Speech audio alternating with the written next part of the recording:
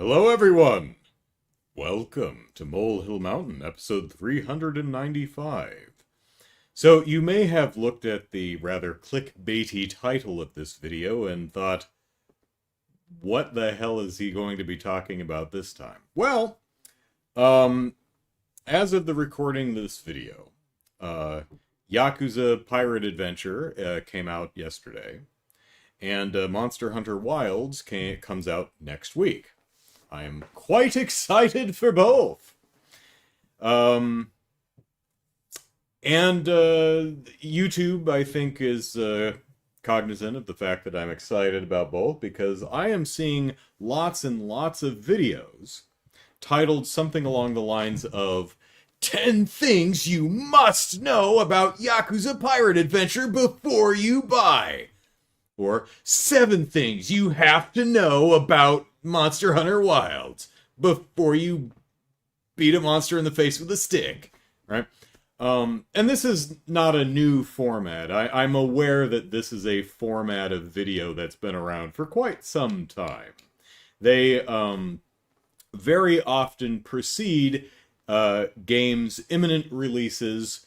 I don't know that I've ever seen one for a movie, but I do see them for games a lot. Some number of things that you really need to know before you play or buy this game that's in the middle of its marketing blitz and is about to release. I've made assumptions, sure. I've judged them books by their covers, sure. But I'd never actually clicked on any of these videos to see what they're actually like, to see if my assumptions were correct. Well, Pirate Yakuza just came out, and I don't have it yet. I'm gonna play Wilds first, and then get Pirate Yakuza. Monster Hunter Wilds isn't out yet. So I said, well, it's a good time to click on a few of these videos and see what they're like. And my assumptions were correct. They all seem to be, I'm sure there are exceptions to this rule, but they all seem to be free marketing for the publishers. They all seem to be reading out fact sheets provided by the publisher. And I don't mean that in a completely demeaning way. I have the luxury of not relying on YouTube as financial support. I do this completely for funsies. I do actually run ads on the videos, and I make $100 in ad revenue every 18 months or so. In fact, Google AdSense just paid me this week. So in the last 14 to 18 months or something, I forget what it was, I made $118 in ad revenue. Yeah! Which is nice, right? But considering my 1-bedroom apartment of bliss here is like $18.50 a month, and that does not include utilities or anything else. It doesn't even include my parking space out front. Yeah, that extra $118 is, I mean, it's nice to have. You know, that's a video game or two. That's a few nice meals or something. But, yeah. So I understand that the way YouTube's algorithm works is you have to keep pumping out content. And that's exceptionally difficult to do. It's very time consuming. It's exhausting. Coming up with new things to talk about it can be very difficult, particularly if YouTube will bury you if you don't have like something new every single day. So I absolutely do not begrudge any of these fan channels for making videos that are not much more than just reading a fact sheet that was provided to them by Capcom or Sega or whomever. And having watched like 8 or 10 of these videos from different creators, I'm pretty confident that they are reading from a list of bullet points provided by the publisher because they're all covering the same thing. Now, my guess is Capcom or Sega or whomever probably provided them a list of like 20 or 25 things, and it was up to the individual creators to pick which ones they want to talk about. And to be clear, many of these creators are very good at what they do. They have really pleasant deliveries. They have really interesting personalities, great senses of humor. They have a knack for communicating the same information in their own unique style and in an entertaining way. So again, I want to be clear, I'm not begrudging what anyone else is doing. I just find it kind of sad that we exist in an ecosystem, YouTube, that forces creators to do this. Because I don't know about any of them, but I'd feel kind of crap if I was just like, oh man, I have to get content up today. I gotta keep churning out the content. All right, I don't have time to write something from scratch. I'll just, work off of this fact sheet that the publisher sent me along with the game, right? I imagine that most of these creators, if they had their druthers, would prefer to do it the way I've historically done similar things. Like I've never done a 5 things you should know about this game kind of video, but I have done stuff you might want to know about this video game type of videos. It's usually one thing. For example, some years ago, I heard that a lot of people were having trouble with the Monkey Watch segment in Rhythm Heaven Fever for the Wii. So I came up with a kind of a mnemonic device or a strategy that one could employ that some might find useful for beating that particular level. Likewise, I think I wrote the strategy guide for Lego Batman way back in the day, and I heard people were having a humongous problem with, I think it was like the very end special level, getting all the studs they need or something. So I made a video showing where all the hidden studs were so that they could complete that level. I made a video on how to beat a particular boss in one of the Yakuza games, because for some reason he keeps refilling his health. And as I fought him the first time, I was like, what the hell is going on here? What is this mechanic? How do you get around it? And when I figured it out, I made kind of a PSA video. All of these videos are like 10 years old or more now. To this day, I still get comments on these videos from people saying things like, oh my gosh, thank you. That was driving me nuts, right? I would imagine that there are very few people who are going to have such comments on these 5 things you must know about Monster Hunter Wilds before you play the game. I seriously doubt there's going to be many comments 10 years from... People are going to watch these videos 10 years from now and go, oh my god, I'm glad I knew that.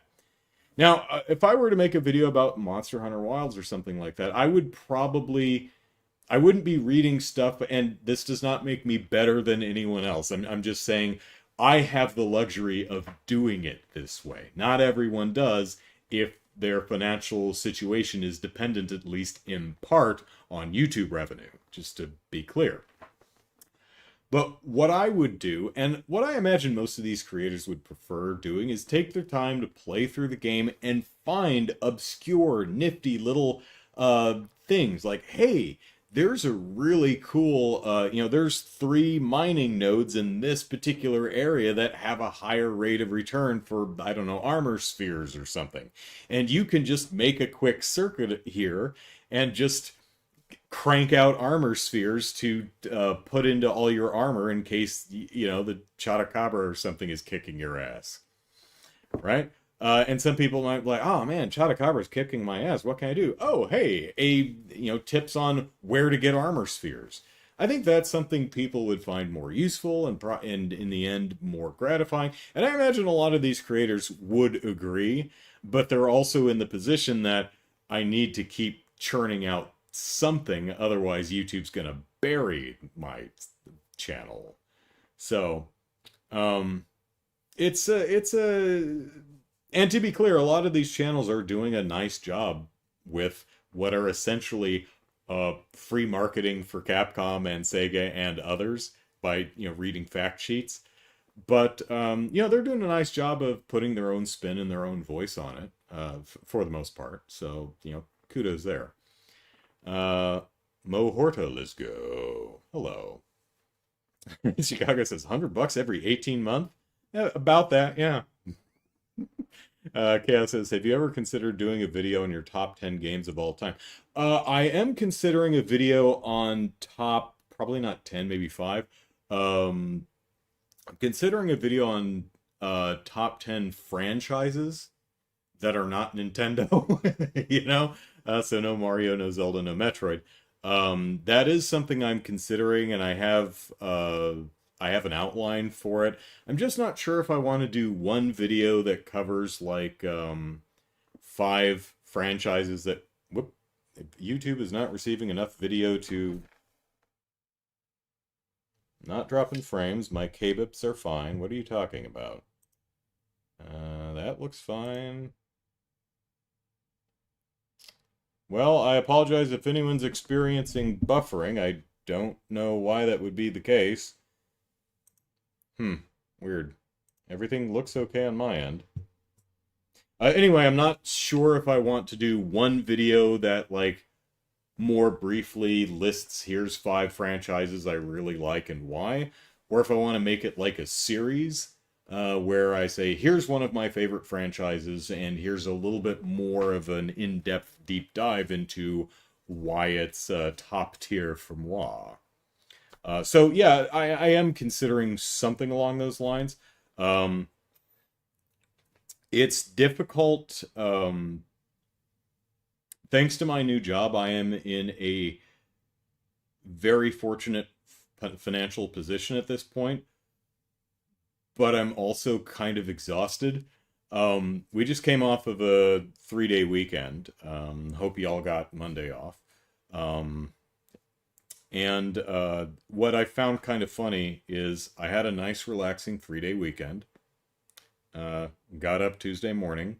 I work from home, worked, and it was actually a long day. I worked like 2 hours past when I would normally want to stop working. But yeah, that happens sometimes. It's not a huge deal. Happened twice this week, but and then I realized that like 11 o'clock that night, I was like starting. I think I was watching something, or I don't know if I was playing something, but I was just kind of like starting to zone out. I'm like, oh my God. I've had one day of work after a 3-day weekend and I'm bushed. What? What the hell? Maybe I'm getting old. I don't know, but yeah, writing scripts for video. It's why I like doing more off the cuff stuff, live streams and podcasts, because they don't take as much prep. Writing scripts is time consuming and takes energy. I do want to do the franchise thing. I have my favorite franchises that are not Nintendo, because no one needs to hear me banging on about Mario, Zelda, and Metroid. There's a million videos extolling the glory of those IPs. But that's something I'd like to talk about. So I'm also probably coming up towards the end of Cold Steel 1, and I would like to I've keep the tradition going of having some type of video expressing my thoughts on the game I just completed. So we might have Jared said last week, probably 7 more hours. The way I play, probably 15. So maybe like 3 more weekends of Cold Steel 1. And then I'll probably write a video for that. So yeah, some stuff I'm very slow at video writing now, because I only take a little bit of time here and there to write my scripts and stuff, because when I'm done with work, I'm tired and I don't want to do any more work. And as much as I enjoy creating fun stuff for YouTube, it is work, you know.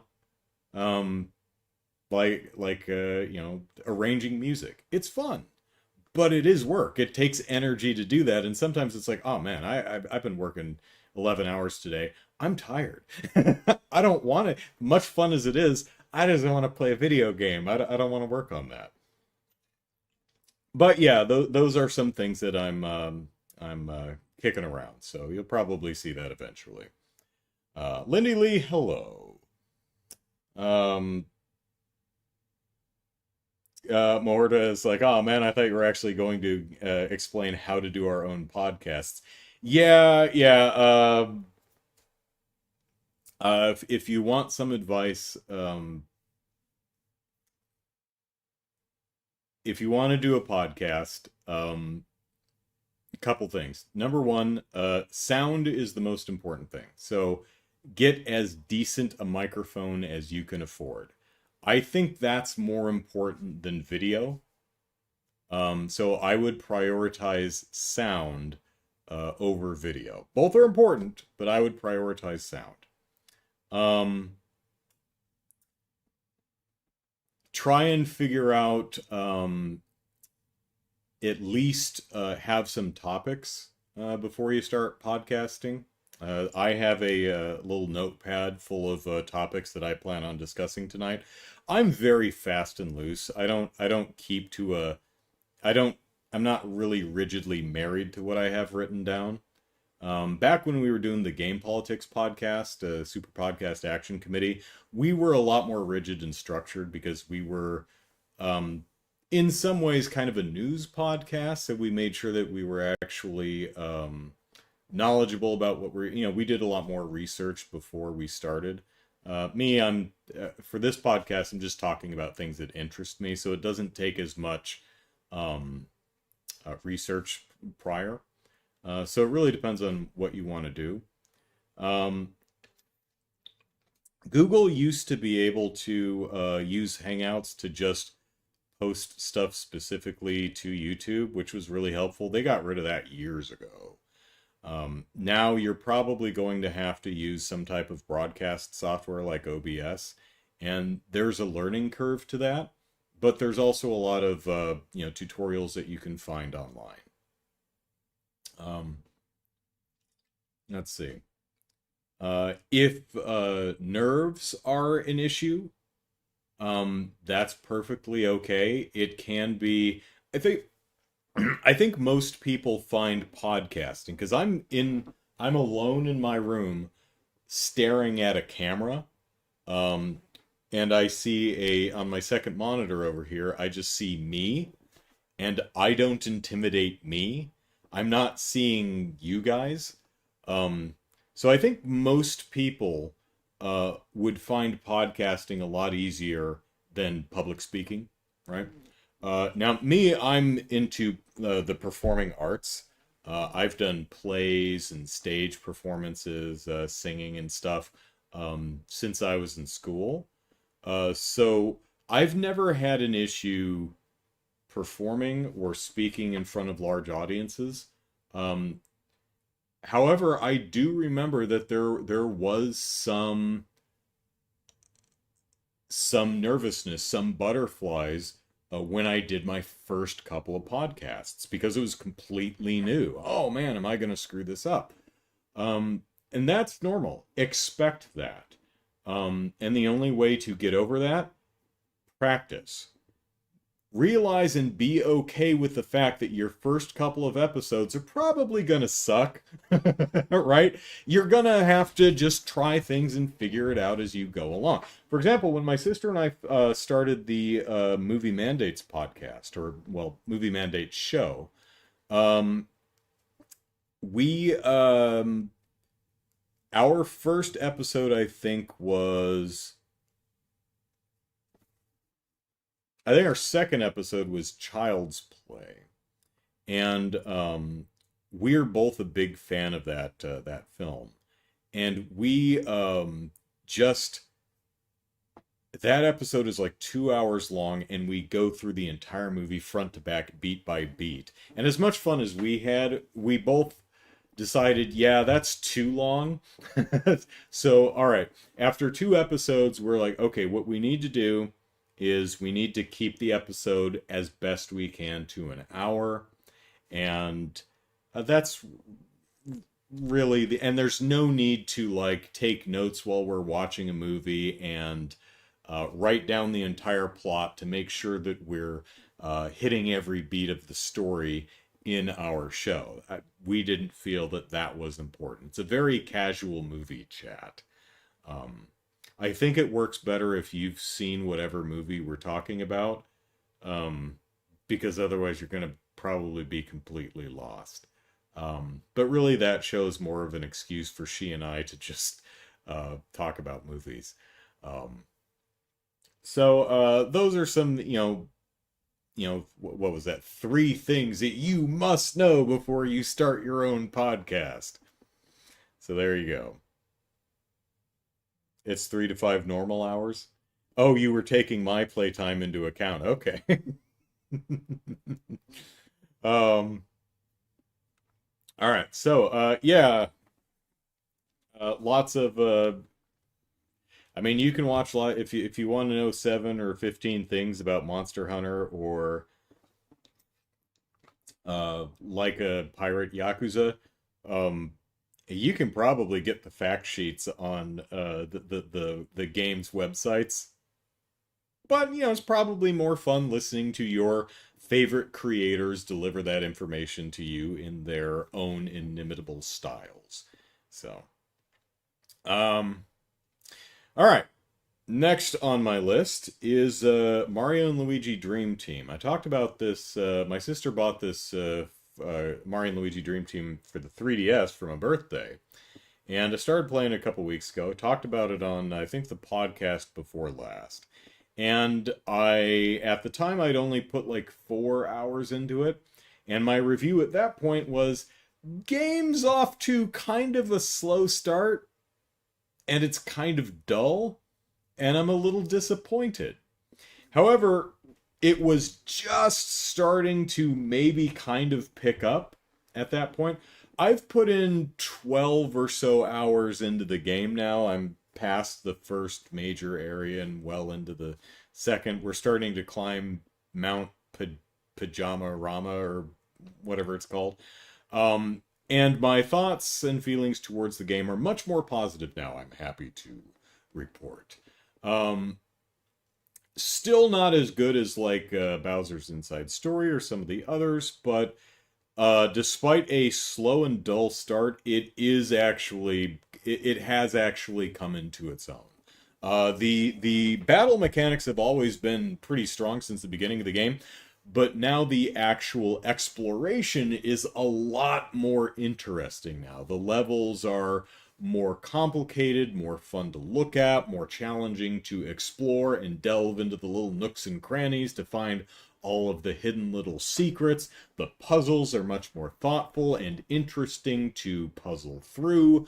There's some interesting little side games that they're starting to throw at you, like a little literal jigsaw puzzle mini game. There's this tile flipping game that was kind of interesting. The character, while the story is the story. The character, the humor is actually landing more often and more consistently than it was in the beginning of the game. Some of the antics that I mean, it's goofy as all hell. But in the beginning of the game, my reaction to a lot of the goofiness was, but now it's it's not like sustained eyes leaking laughter. That sounded weird. Laughing till you're crying is what I was trying to get at. There's actually the gags are still hokey, but a lot of them are landing the way they're supposed to. It's actually pretty funny. There's a lot of pretty charming characters in here. Very one note, not deep at all. Again, hokey as heck, but I'm having a much better time after about the 5 hour mark. Boy, howdy, was that a slow start. But it's now just a charming, pleasant game. I wouldn't even call it good. I wouldn't even recommend it, but I'm enjoying it now as just a nice, relaxing, casual play. So That pleases me. Um, Chicago says, I actually got stuck on some of the puzzles in Mario and Luigi Brothership. Hmm. Haven't played that, but I'm keeping an eye on it, and it did drop to $50 from its normal price of 60. So, but I mean, I'm playing we're gonna finish up Cold Steel soon. Started on Cold Steel 2. I'm playing Mario and Luigi Dream Team. I'll be playing Monster Hunter Wilds next week. Then there's Like a Pirate Yakuza in Hawaii. Um, uh, Due to a Patreon reward, I will be getting Suikoden 1 and 2, which comes out week after next, I think. Um, Boy, that actually is going to end up being I think someone's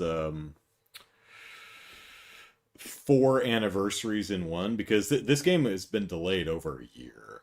Someone says, "Hey, for my Patreon anniversary, I'd like you to, play the Suikoden games and talk about what you think of them." I said, "Yeah, okay, I can do that." Well, it's been like 4 years now, so what I'm thinking is I'll stream the first few hours of the first game.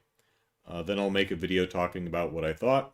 Then I'll stream the first 5. I'll do one of my Sunday streams for Suikoden 2, and then make another video about what I thought of the second game and the two games as a whole. So, lots of RPGs on my plate. Can never have enough RPGs. Lindy Lee, like a pirate Yakuza. Well, no, it's I think it's Pirate Yakuza in Hawaii. Let me see what the name of the game is. I kind of changed it's kind of a running gag in our chat where we never say the name of the game right.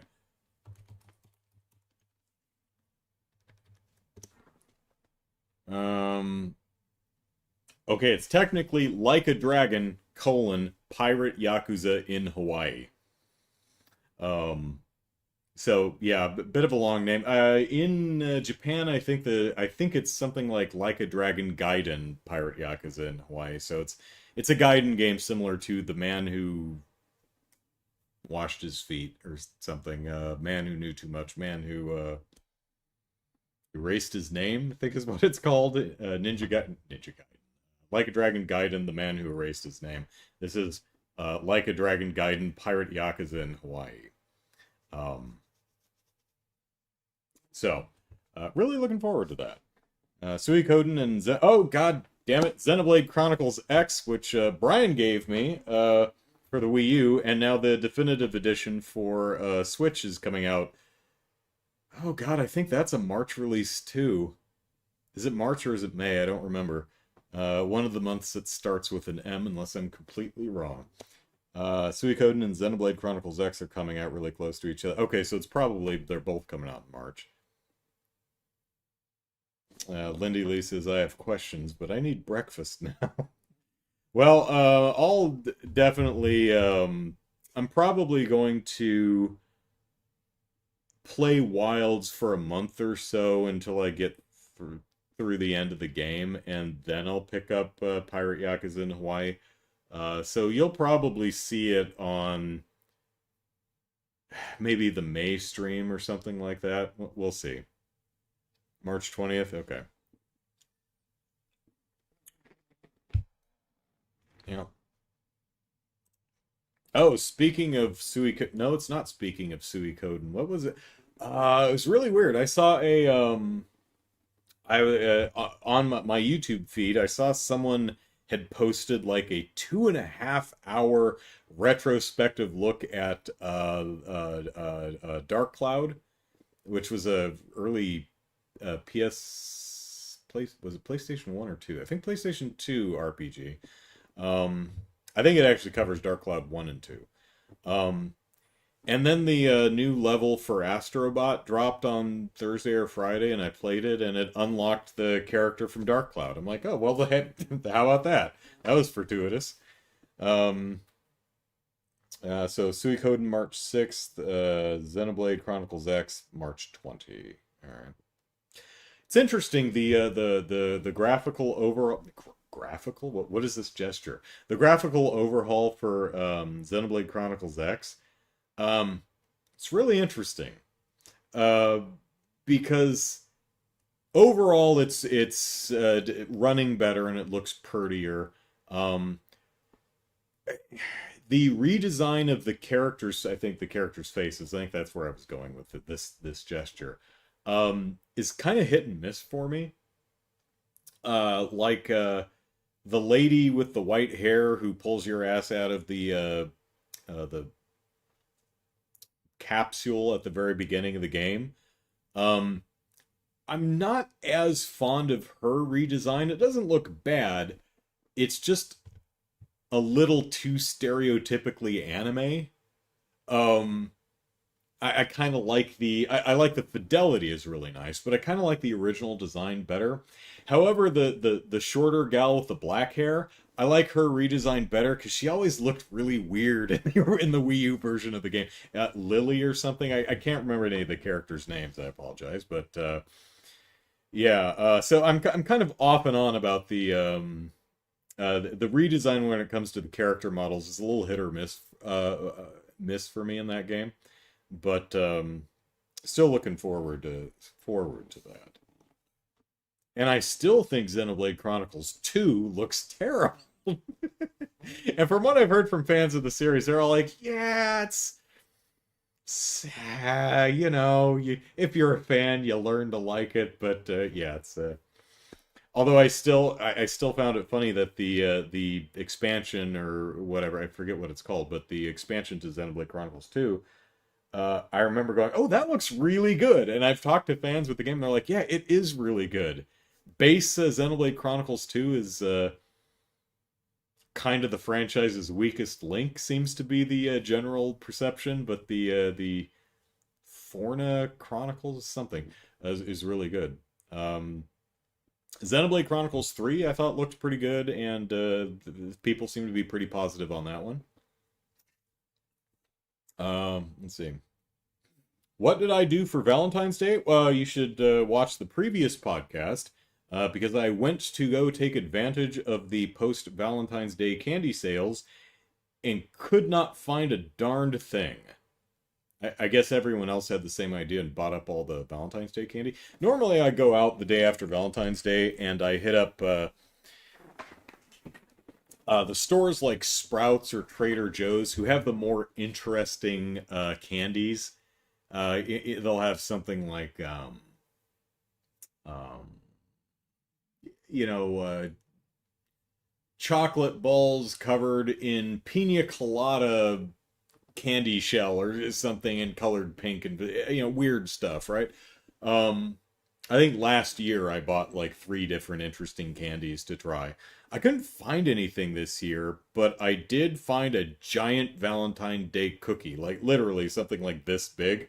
I cut that sucker into bits with a pizza cutter, um, uh, and had a gigantic cookie. And they had, they drew hearts with frosting on the top in red and white. So it was Valentine's Day E. So I had a big cookie. I didn't eat the entire thing. Um, I, I generally speaking, if I get junk food, I'm gonna eat all the junk food in one sitting. Like if I buy a box of cookies, I'm eating the entire box of cookies. Serving size of 2 cookies? No, not this boy. If I order a pizza, I'm eating the entire pizza. Oh, that reminds me of something. I'll try to remember to come back. I've got a notepad. Pizza. There we go. Now if I just actually notice my note, that'll be nice. So yeah, I couldn't find any candies, but I did have a gigantic cookie, and it was I would have cooked it a little longer, but it was a big chocolate chip cookie. It was pretty good. I did scrape all that icing off the top. I don't really don't care for that stuff. It's gross. That's too much even for a sweet tooth like me. Which is generally why I don't buy candy much, because I'll eat all of it. There's kind of like a psychological trick that my brain plays on me. It's like, look, Andrew, You don't want to be eating candy every day this entire week. That's just not healthy. So if you eat all of it today, that means you only had candy on this one day and not every single day this week. Brilliant. It's not how calories work, but you know. um so that's why I treat myself to junk food a lot less frequently than my palate would otherwise have me.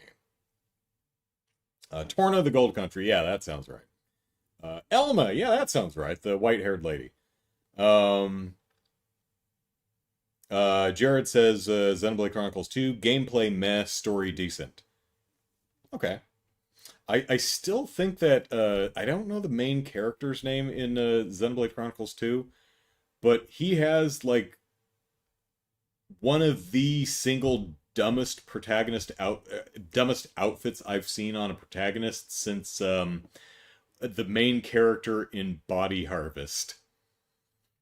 I mean, seriously. Or what's his face in Hybrid Heaven. I oh goodness. All right. Okay, just I should push off the floor instead of the desk when I want to scoot back. All right, show and tell time. I'll be right back.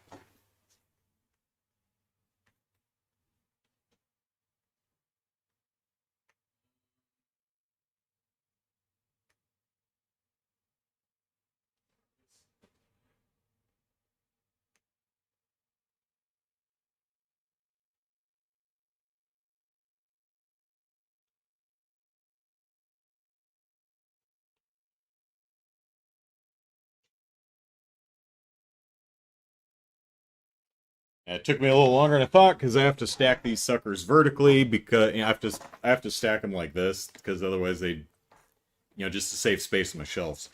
All right, so Body Harvest was his name Adam or something? I can't remember what his name was. Let's see. Back when we had instruction manuals, and back when they were full color and had pictures and stuff. Let's see if there's a good picture. There he is. I mean, it's not that much detail on the N64, but look at that dork. Does he have a name? I don't even remember. Adam Drake. Oh my god, I got it right. There he is. Look at that idiot. Oh, that's so good. Let's see if there's a picture of who I'm thinking. Oh, it's this guy on the front of the box in Hybrid Heaven. Let's see if there's a better picture of him on the manual, or in the manual rather. Let's see. You remember manuals? They're like, we've got a border, we've got color screenshots. It's so great.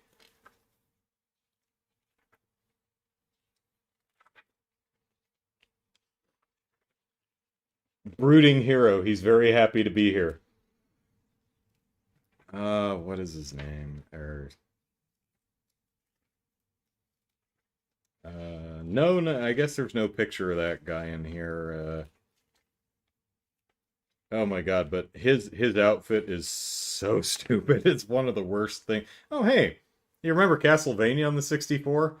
That's a game that exists. So yeah, that stupid outfit with like the diver's helmet for the protagonist in Xenoblade 2. Oh my god, what a dumb outfit.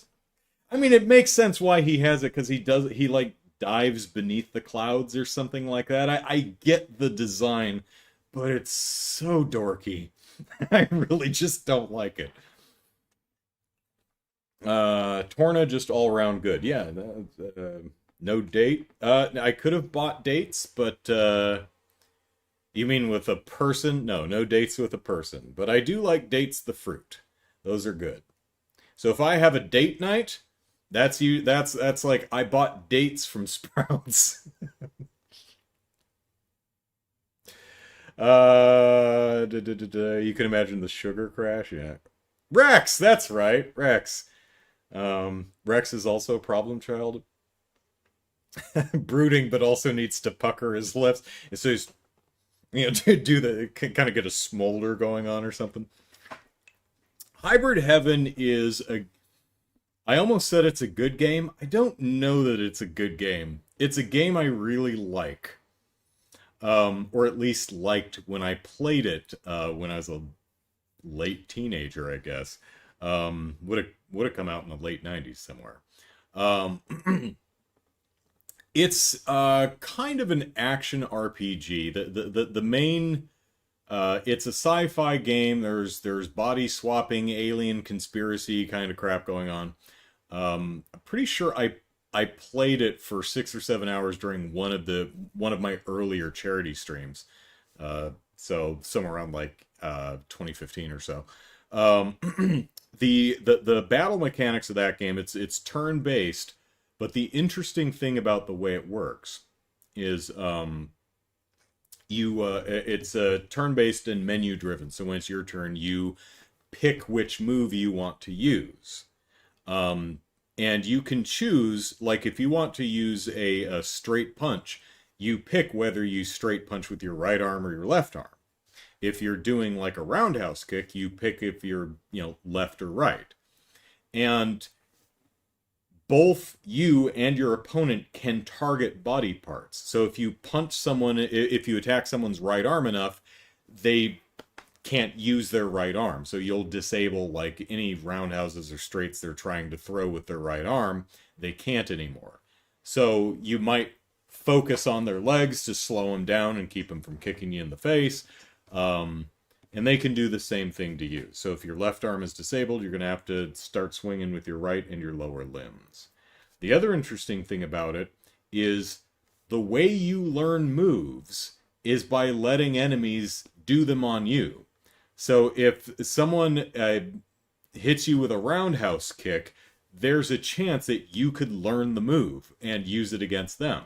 So you learn all kinds of, you have a variety of, straights and roundhouses and uppercuts, but then you start getting spinning back fists and roundhouse kicks and fan kicks, and there's also a grapple mechanic. So you try to get behind the enemy or in the front, or if they're laying prone, if they're on the ground, you can grapple with them and do a bunch of different wrestling moves.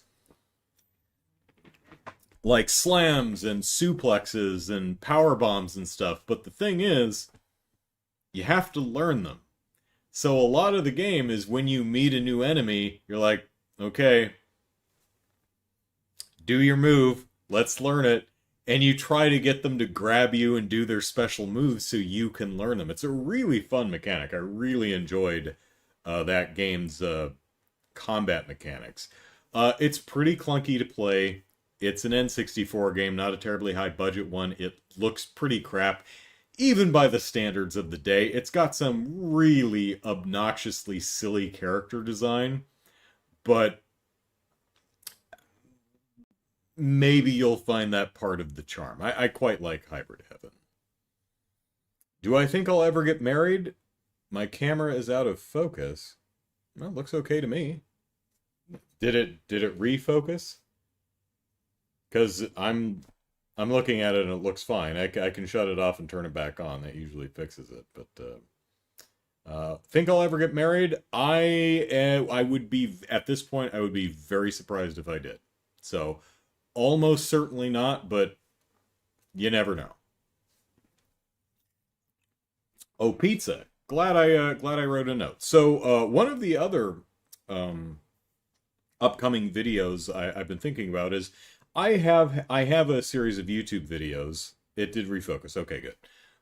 It's probably because I walked out of frame and then came back and was having trouble focusing on me. Pizza, right. So I have a series of videos. Andrew Eats a thing where sometimes when I go to Sprouts or Trader Joe's, I'll find something interesting that I've never tried before. And I'll buy it and it's like, all right, let's try it on camera. One of them was Nutella. I mean, I'd long heard the stories of Nutella being like the tastiest damn treat that anyone has ever, spread across their tongue. But I'd never tried it for myself. I'm like, okay, I gotta try this, and I'll try it on camera, and that's when I learned I'm allergic to hazelnuts. So that one didn't turn out great. I'm glad I didn't like empty the jar into my mouth. I just, tried some, and that turned out to be a really bad idea. I mean, I'm apparently only slightly allergic to it. I mean, I didn't like have to go to the hospital or anything, but yeah, my throat started swelling. Oh, it's a good way to find that out. So hazelnuts, who knew? Um, so I was let's see, I was watching something on Hulu or Amazon Prime, and a commercial for Little Caesars came up, and they were promoting that their stuffed crust pizza was only $9.99 for the Super Bowl. And I went, oh, I guess the Super Bowl's this weekend. And that's how I found out about the Super Bowl. But I also found out, again, with not receiving enough video to... Oh, yeah, I am dropping frames like a son of a gun. What's going on here? So if it's buffering, yeah, I've got some weirdness going on my end. Don't know what's causing that. Like, I just got a brand new modem here that should be better on the upload speed.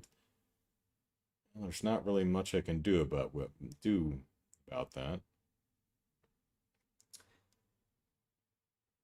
Let's try this real quick. Hang on a sec.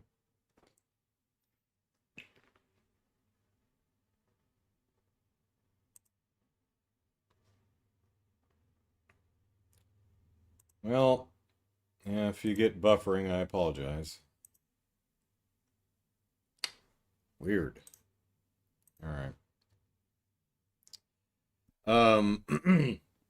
So I like pizza. I like stuffed crust pizza. So far as I've ever been aware, Pizza Hut was the first to at least popularize stuffed crust pizza, and I mean that's cheese and bread. That's nummies right there. Uh, and so far as I was aware, Pizza Hut, at least at the time, was the only one doing stuffed crust pizza. Uh, so I've always associated stuffed crust with Pizza Hut specifically. Um, so when I saw the commercial for Little Caesars, I was like, oh hey, Little Caesars does stuffed crust. I wonder how it compares, because I probably have, maybe I'll treat myself to a pizza every several months or so, and I get stuffed crust pizza from Pizza Hut. And I've never thought Pizza Hut was like the best pizza ever. The crust is really good. Again, bread and cheese. Hard to screw that up. But the pizza itself the taste is there, but it's kind of flat. And, it doesn't have much body to it. It's still pizza. It's really hard to screw up pizza. I've only known one place that screwed up pizza, and it was called Hungry Howie's or something like that. I visited my sister when she was in college, and I went to her apartment, and she and her roommates or her friends or whoever the hell was there at the time actually had some pizza. And they're like, hey, you want some pizza? And I said, oh, yeah, absolutely. And I had some pizza, and I asked, how long has this been sitting on the counter? Because I took a bite of that and almost spat it out. Probably did spit it out politely, discreetly into a napkin, because I thought it was spoiled. I said, and I'm like, oh no, college kids, this pizza's been sitting here all week. And I said, how long has this pizza been sitting on your counter? And they said, 30 minutes? I don't know, we just bought it. And that's how I found out that Hungry Howie's is probably the worst. Maybe they just had an off day. I don't know, but so there is such a thing as bad pizza. Anyway, so I thought, I wonder how many pizza joints are doing stuffed crust pizza these days. So I looked around at all the major pizza joints I could think of, and in addition to Pizza Hut and Little Caesars, Papa John's also has stuffed crust pizza. Domino's, so far as I can tell, at least in my area, does not. So another idea I have for a Andrew Eats videos is get all the stuffed crust pizzas and do a comparison. And that's a lot of pizza. I can eat an entire pizza. I shouldn't, but I can, and I do. but I certainly am not eating 3 whole pizzas. So that would be a lot of pizza to have in my fridge. I have to see if my neighbors want any pizza, if I do that. But I'm actually kind of curious to see how Little Caesars or Papa John's comparison. I don't know any other chain other than that and Domino's. I don't know of any other chains in my area. Nothing comes to mind. I mean, there's certain I could certainly buy. I know they've got like frozen pizzas in the store that are stuffed crust. I'm not buying a frozen pizza; those are gross. Well, I mean, they're still pizza. They're just not very good. Um, and I'm sure there's like smaller chain or even independent pizzerias that might have that, but I think three's plenty. I'm also thinking about doing a tofu because I've never tried tofu before. I hope I'm not allergic to it like I am apparently hazelnuts. Um, let's see. Do I have any ideas for my own game, like a video game? Too bad you can't just buy one slice. Yeah, I mean, I could go to 7-Eleven and buy a single slice of pizza, but I don't think they have stuffed crust. It's just like a pepperoni pizza or something. Um, Chicago says I was going to say take it to work, then I remembered you work from home. Yeah, that's that is the one drawback for me. Because I used to do a lot more baking than I do now, and I just take all the leftovers to work. Like if when the holidays roll around, I'd make a bunch of different cookies and just take them all to work.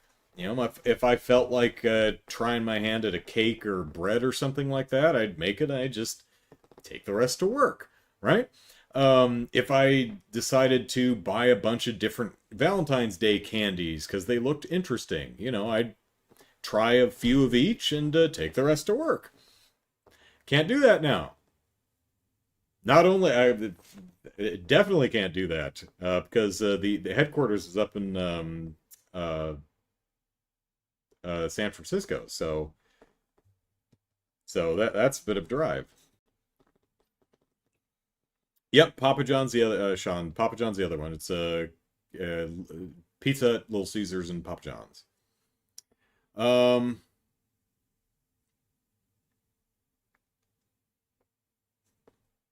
I've got that on my list twice. That's weird. What do I do for work? I work for the University of California. I work. I am a quality assurance analyst. That just means QA guy, test stuff. I am responsible, not solely responsible for, but I am on the team responsible for the pension administration system, which includes um, basically all benefits and payroll. Uh, so very important that that stuff works correctly because if it doesn't, we could get sued, right? So yeah, I handle the system that handles all of the payroll and all the benefits, retirement benefits, pension, disability insurance, retirement savings plan stuff is handled through an external vendor, but our system still uh, maintains the money that pays into account that goes over to them. So uh, yeah, a lot of monies moving back and forth, kind of a thing. Uh,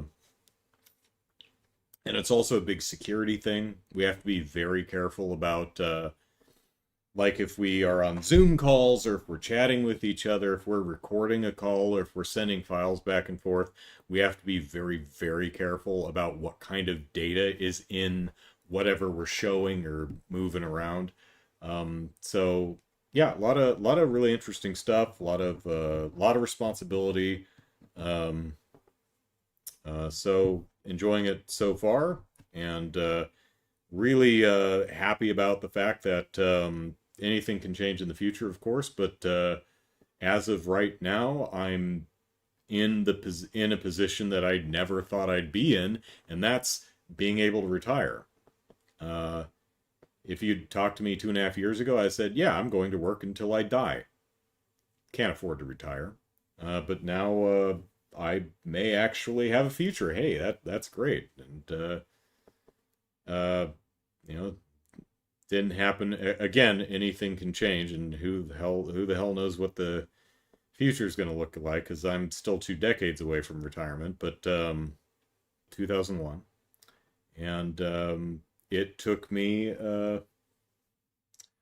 over 20 years to get a decent paying job that had a future. And I hope you all find yourselves in that position too, if you're not already, and hopefully sooner than I did. Uh, so yeah. Let's see. Last on my list, and we're approaching seven. Marco's Pizza. Is that a chain? Not familiar with them. I'll look that up later. Last on my list, last week I talked about Yahoo. I still use Yahoo Mail because that's what I started using 25 years ago, and I still use it. It's just because why the hell not? It works.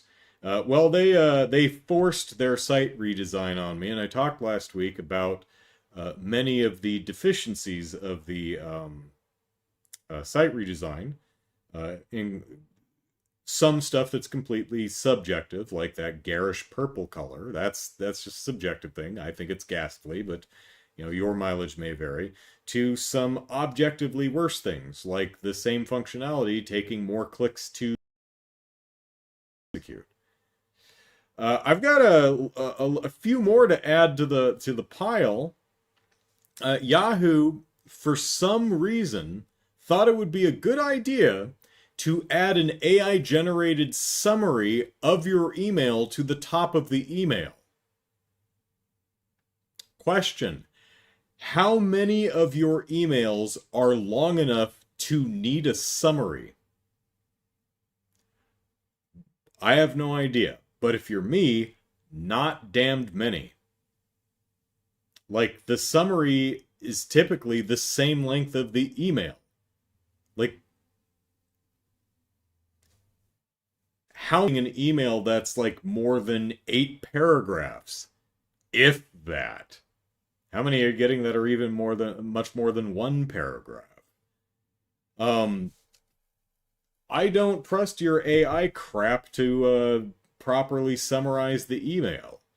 And so far as I can see, there's no way to manually disable that. Luckily, I use an ad blocker and I blocked that segment, so now it's not there, and I can just read the email instead of reading a summary of the email that's not long enough to justify having a summary. Arg. Um, they also stupidly decided to no longer display the actual email address. View it if you hover. You made it worse. I mean, it's free.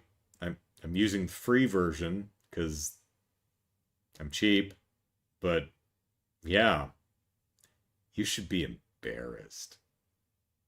I know you're not. I know you don't care. Because if you did, you certainly wouldn't have sent me a survey asking me how I felt about contacting you to tell you how much this redesign sucks and how I turn it off. Man, imagine an actual person getting a call from a customer saying, this thing that you're doing is terrible. How do I turn it off? And you saying, you can't. You just have to deal with it. And then sending that person a survey. It's like, hey, how satisfied were you with the customer support? It's like, what do you think I'm going to say? What do you think's going to happen here?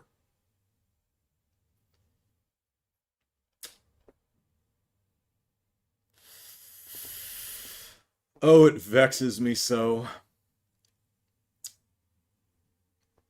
Let's see. Lindy says, good for you. I'm gonna have to work till I die though. Uh, an artist?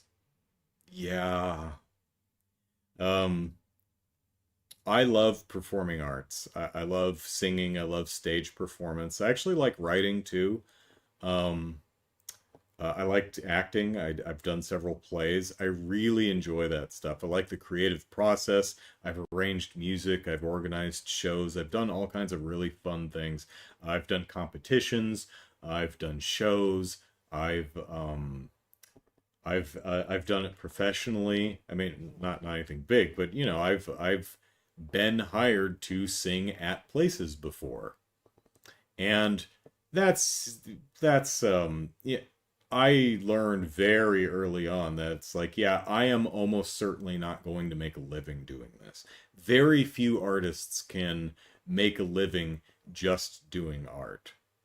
And that's sad because art is awesome. Artists should be able to make a full livable wage just doing cool art and whatever that art may be. Um, but I have run in the circles of a lot of professionals. I even the best of the best in like the circles I ran in, um, the folks who made their own CD. I've actually been on a couple CDs. That's fun. I'm actually on the uh, the San Diego Chorus, which is the women's barbershop chorus in San Diego. They did a Christmas album some years ago, and Kim, the director of the chorus, brought me into lowest notes because one of the arrangements had a low B flat, which is an octave and a step under middle C, um, which for most women is not just exceptionally low, but way below their vocal range. Most female basses in barbershop, they're not usually singing much below F below middle C. You know, you get to the very bassy, it gets down into like you know, E flat and D. Very few women are going to hit B flat.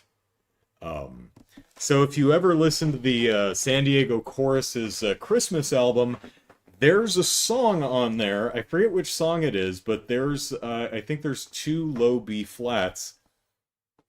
That's me.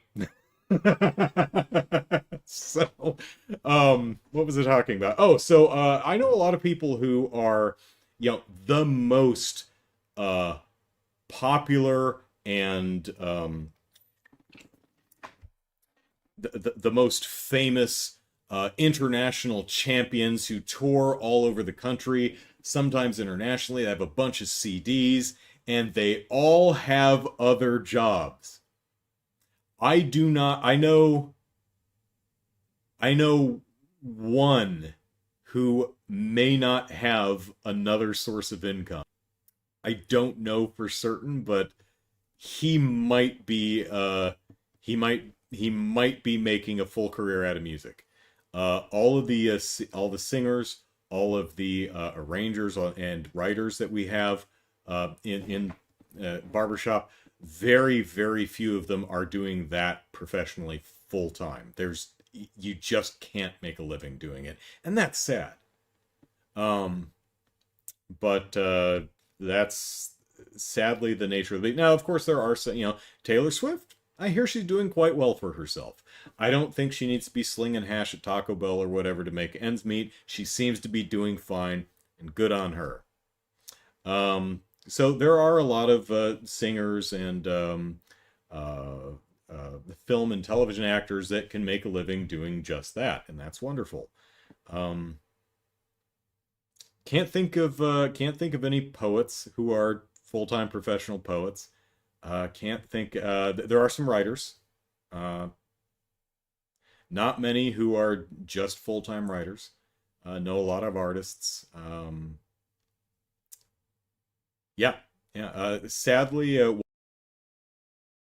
for most, not saying it's impossible, but for most, it's almost impossible to make a living just doing art, and that sucks because a world without art is a world not worth living in. Like even the, you know, the earliest humans were drawing shit on the cave walls. It's like, oh yeah, this is boring. You know, It's just kind of sit around and try not being eaten by a saber-toothed tiger or something. It's like we got to do something. Hey, how about we smear, colored goo on the wall? It's like, oh man, that's at least something to look at, right? So, yeah. And in conclusion, Yahoo is terrible at its redesigns. Um, what kind of job did I dream of having when I was a kid? Oh, this is pretty morbid, but I swear it's true. When I was very young, and I'm talking single digit ages, when I was 5, 6, 7, I wanted to be an astronaut. Right up until about 1987, if I'm remembering correctly,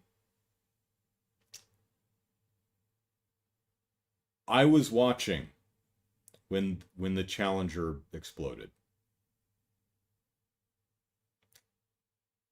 I don't have a memory of how I reacted to it, but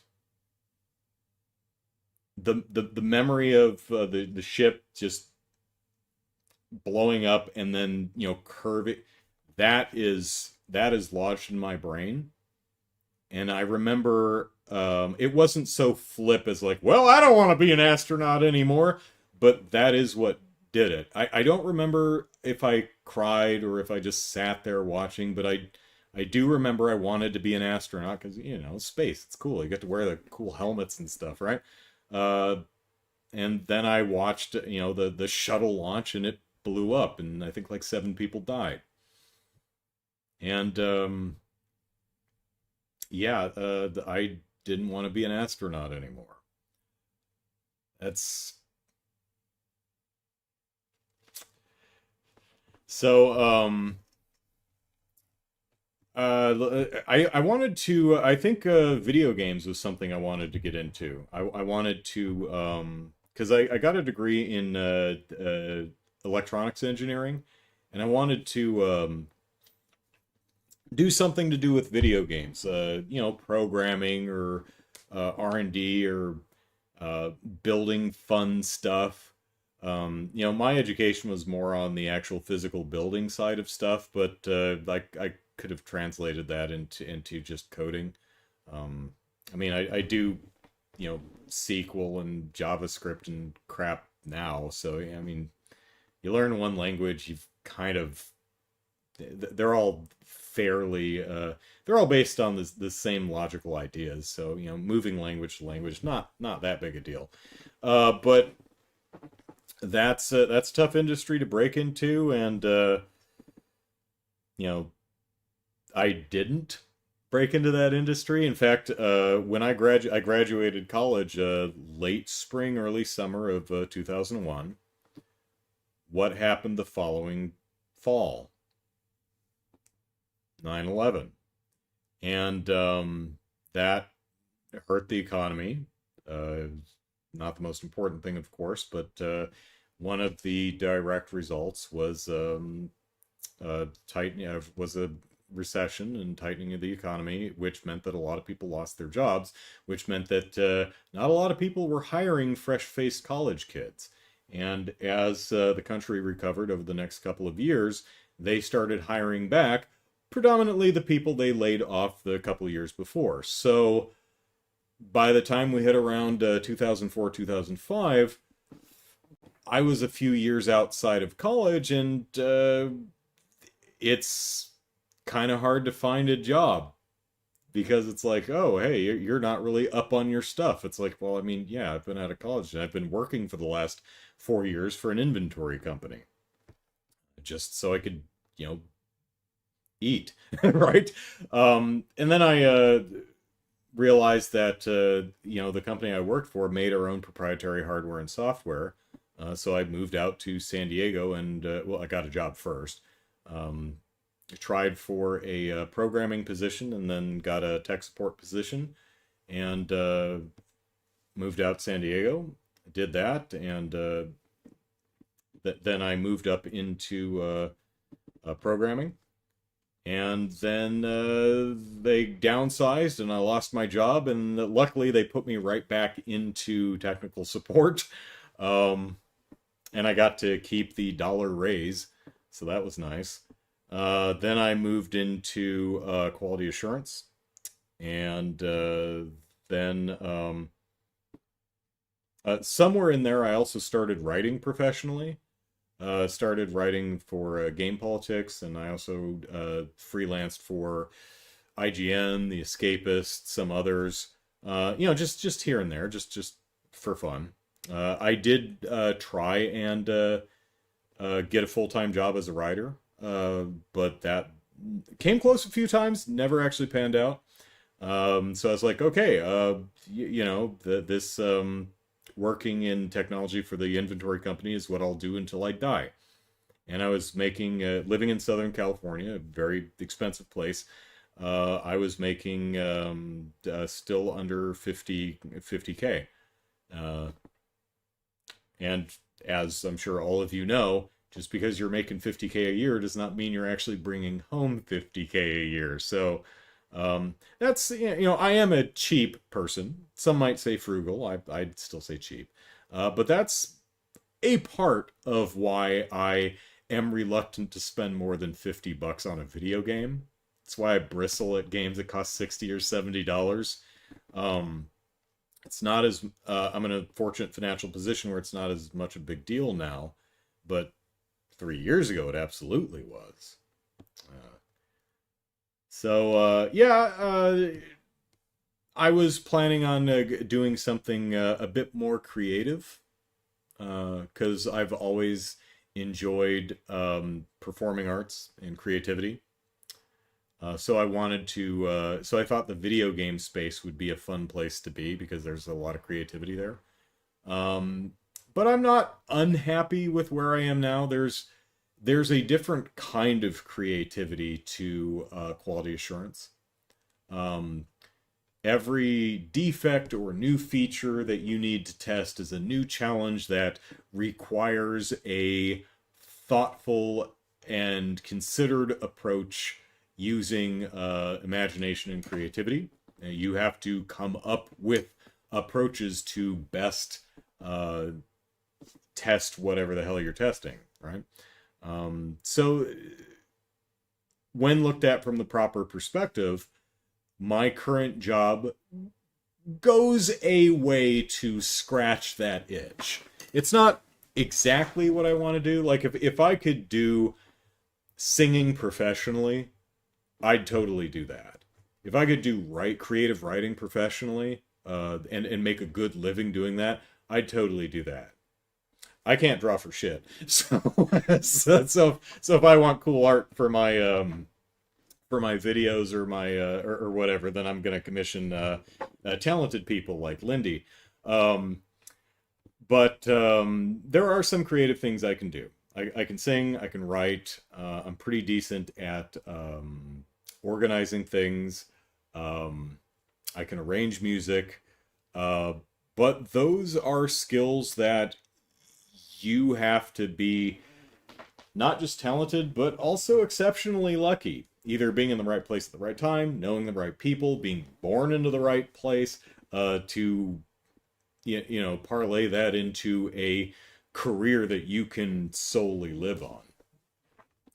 But that said, while I'm not professionally doing exactly what I'd prefer to be doing, um, I do have enough latitude in my free time and budget to do fun things that I do enjoy, like play video games or make the occasional YouTube video. Streaming my thoughts on podcasts and streaming some gameplay and the Sunday streams. So I'm not unhappy. I'm not unsatisfied. Life didn't go exactly the way I planned or thought it would, but it rarely ever does. Um, I think the only thing that, well, not the only thing, but I think the biggest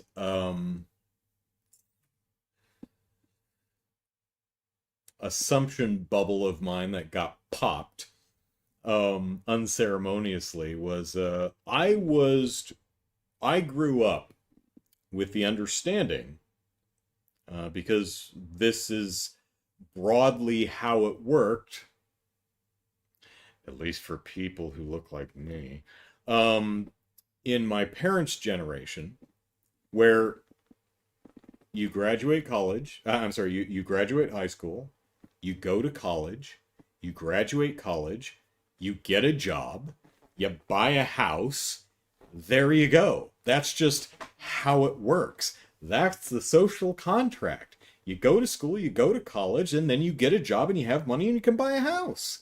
That's how it works. Again, predominantly if you look like me. Um, that's not how that works. Maybe that's how it worked for people who look like me in my parents' generation, but no, that's not how it works for most anyone now. No. This is an apartment. This is a one bedroom. It's a really expensive one, too. And I'm actually paying probably, as much as I'm paying at least $400 less than my neighbors because I've been in this unit for 10 years. All right. I lived in Pacific Beach for the first 10 years I was in California. And when I started, my rent was $9.55 a month. And I remember people going, holy shit! Because back in 2005, you could rent a one bedroom in Phoenix, Arizona for like $350, $400. I moved to California and got a studio for $950. And then after 10 years, that had slowly crawled up to almost like $11.50, and then they were gonna bump it up to 15 something.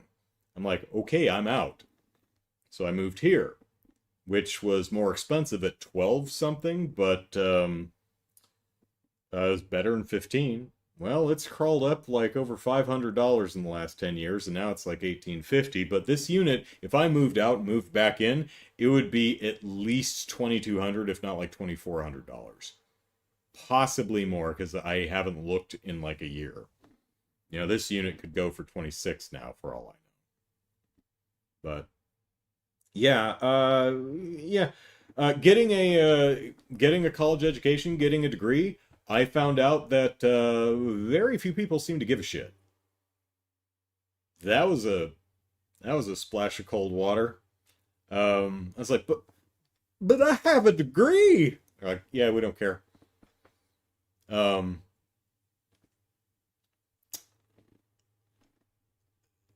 yeah, they were like, well, we want experience. I'm like, so hire me and I'll get experience. They're like, that's not how it works. Um, Not buying a house, I will probably never live in a house. I will probably always live in an apartment. Um, because who the hell can afford a house? That said, I kind of like apartment living.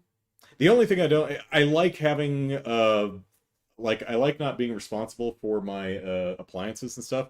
Like if the stove breaks, the landlord has to get me a new stove. Now, there's, of course, shitty landlords who will drag that out forever, of course, but mine has been accommodating. I have not, in fact, I just got a new toilet because the last one refused to take any more shit from me. It said no, so it got replaced with one that's more accommodating of my offerings. Aren't you glad you're listening to this podcast? Um, so I like, also, I don't like yard work, so I don't want a lawn or a yard. I don't want a backyard or a front yard. I don't, that's wait, for me, that's wasted space. It's like portability in the Switch. I don't care. I don't use it. So for me, it kind of works out well for me, right? For some people, like they grew up dreaming of owning their own house, and man, that sucks if that's not something they can realistically achieve. Uh, Works for me because I like apartments. Um, I know some people really don't like working from home. Uh, for me, I prefer it. I like not having to drive to work. I like not being around people. That's just how I be. There are a lot of people who are like, "Ah, there's just Zoom isn't the same. There's nothing like being in the room with the person." I'm like, No, Zoom is exactly the same. In fact, it's better. I like Zoom better. I like not being in the same room with you because I can just hang up the call when I've had enough, you know? Um, so my introverted personality actually ends up working in my favor for the way I kind of have to live my life. I have to do apartment living. I kind of, although it might be changing, I kind of have to work from home. But man, I personally prefer it that way. So, congrats for me, I guess. Hopefully, they don't force me to move to San Francisco. I don't want to move to San Francisco. It's even more expensive than San Diego, and I don't want to. I don't want to commute into town to um, go to work. I don't want to work in an office. It's less efficient. I don't like it as much. You know, I roll out of bed, I have breakfast, and I just start working. It's great. Don't have to go anywhere, don't have to drive, don't even have to get dressed, really, unless I'm on a Zoom call, but rarely we're ever on camera, so who cares? Um, I do miss being able to bring baked goods and stuff to work. That was nice. But I'm one of those weird people where physically being with someone, like being in their presence, doesn't mean anything to me. To me, being on a Zoom call with something is exactly the same thing as being in the room with them. That's just me, and I know that's weird. Most people are not that way. That's just how I work. Um, Chaos says the Earth without art is just eh. Yeah. Metallica's still around? Yeah, so far as I know. Um, yeah, Chaos says, yeah, they're still around. Lindy says, people may appreciate your stick figure drawings. I mean, I like to think, Lindy may disagree, but I like to think that I can draw well enough to at least communicate an idea. Because I did communicate to Lindy what I wanted for the movie mandates art with some very, very bad. I think I'm pretty sure I've posted that on social media at some point. My original. Do I still have them sitting around here? Oh yeah, here they are. Yeah, see, I still have stamps. I don't know what the hell I'm going to use those for. Those were probably 20 cents when I bought them. Uh, oh, this is going to be exceptionally hard to see, but um, yeah, it's really hard to see. You can kind of see. There's the movie mandate sign. There's the theater marquee. There's my sister dragging my ass in. Um, here's more closer to what we ended up doing. You can kind of see the me character being dragged by the back of the neck with the arms crossed and Kelly pointing at the marquee. So these were the doodles that I gave to Lindy to barely try and communicate what I was looking for the art. But hopefully it helped because we ended up getting some really cool art that I'm really fond of. So, um, hey, ETH Demon, been playing Pirate Yakuza. Um, Sean says it is all build page and you don't have to mow. Yeah, I don't have to mow. That's nice. It's I do have to. Unfortunately, the rent does not include utilities, so I still have to pay the electric bill. And SDG&E is kind of San Diego Gas and Electric is irritating me because they keep raising their prices and blaming it on me. I keep getting communications from them which say, "Hey, you're buying more electricity than the average household."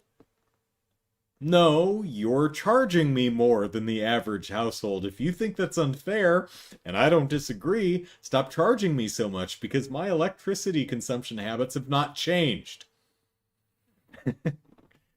Ah, but I can't shop around for utilities, so it's just who services this apartment complex. That's that's the way it be. So. Uh, all right.